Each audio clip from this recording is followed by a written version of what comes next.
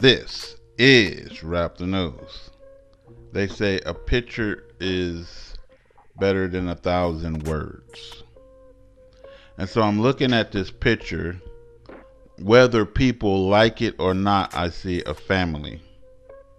I'm looking at the picture, and whether people like it or not, I see that the boys are not unhappy. They're happy there.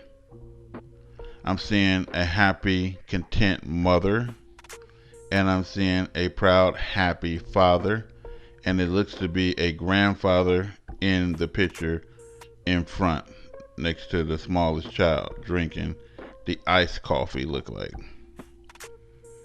I see two people when I see these people. And just like I said, I'm not for these or for those. But I'm looking at the picture and I'm analyzing this picture. I'm not going off of hate, malice, or this or that and what has happened. I'm just analyzing the picture for all of the hate people out there who, if they hate, so you hate. You know what I mean? So the picture is saying a well-to-do family. You know, a goal-minded family. Somebody with intentions to better themselves is what I see in this picture. And so I'm not wrong about my analysis of the picture. You know, what people want to say, what I see is two damn criminals who murdered the babies and they hiding them. That's what people want you to say. But let's be realistic. Look at the picture and see what it is. If you knew nothing about this, you would say this is a well-to-do family. Family is the key thing in here. Now, I do analysis on things. So I did a video doing an analogy on their interview, in which they both seemed hella damn nervous, and the woman couldn't stop crying and turning her head, and she seemed very guilty. And then, you know, as your brain just keep analyzing it, and that's what my brain do, it's not satisfied with just, okay, she's guilty, she did it, and that's it. No, my brain's not satisfied with that. And so it just keeps working. So it came up with today, whether that's the Spirit of God or that it wasn't her, it was him. And the key thing in this is, now that I'm looking at him, it's telling me why, and it's the Spirit talking to me. It's saying that I know people say go with your first mind. The first mind, it was her, but now it's saying it's him. You know, something is telling me it was him, and it says because he said one thing, I'm sorry. If it was missing boys and both of the parents are accountable and responsible, he would have said, we're sorry for what happened to the boys. We don't know what happened. You know, we're sorry that the boys are missing. We are sorry.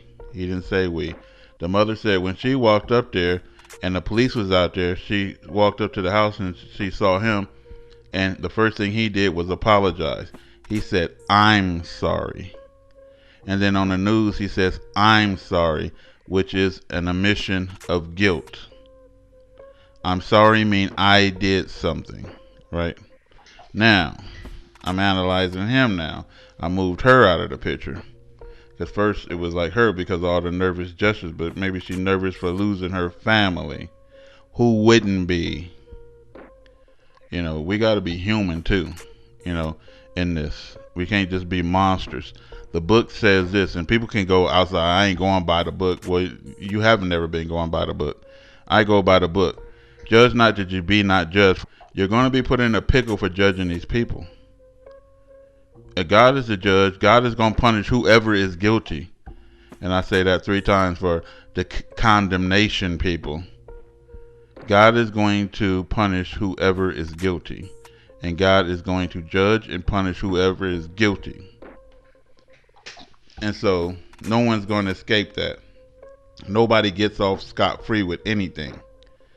And so I'm looking at her and I ask myself a question. Would she just choke these kids out? She seemed like she could be a bitch. She could be this. She could be that. Seems. But there's other kids involved, other family members. You just don't just wake up one morning and choke two kids out until they die. Unlikely. Now I'm looking at him. He seems very not your typical Negro type. You know what I mean? Like he don't want to be associated with that any type of way. You know, he looks like that type. And so would he just go grab two kids and choke them out? I doubt that, because he's so not trying to fit the image of that. So I ruled that totally out. Now I can rule out sexual misconduct. They like the type that they just want to bang bust the boys to death until they die. No. They sold them on the slave market. No. They took some little paltry profit, you know, and then I would just say, where's the money at? That don't seem to be the case here. So it left me looking at doing the process of elimination with that. It left me with this. It left me with neglect. Now, what type of neglect? The little boys turned the stove on and they died from this and that. The parents was in the house, so it couldn't have been that. One of the parents or the dog or somebody would have died. Then the mom had left them in the tub, or the father left them in the tub, and they both drowned some type of way. It would have been too much noise. You know, somebody would have heard something. One of the little kids would have got out and told. Something would have happened. So I ruled out that. So the only thing that's left is they died of some type of heat exhaustion. The father said it was cold. They had a habit of leaving the kids in the car, right? Because they didn't really want to take the kids and run in and run out with the kids, so they left them in the car. What could have happened is the little kids could have turned up the heat, or he could have turned up the heat. He stayed a little bit too long, and he came back and they was dead. It would seem a likely story, you know. And then instead of just calling the police and stuff like that, they got together, they concocted a plan. They buried those boys out there in the desert, and they came back, you know, and they thought over a 2-day period or something of what they were going to say and do. They took the kids to the grandmother's house and stuff like that because they didn't want the kids to be caught up in this and put in the system. Seemed like a very concocted plan. And so that would make them guilty on that account. But as in cold-blood murderers, they were just malicious murderers with the intent to adopt some kids and foster some kids just to murder them. No. That's some of the people investigating the case. They like that. I could see that right off the bat. The police chief looked like freaking, what's the Anton LaVey, huh? I said that on somebody's comment, and somebody came and told me he looked like Anton LaVey. He does. And it's a reason why he looked like Anton LaVey, because he probably is. Just some devil worshiper. Anyway, so you're looking at the photo. You can do a process of elimination yourself and come up with something.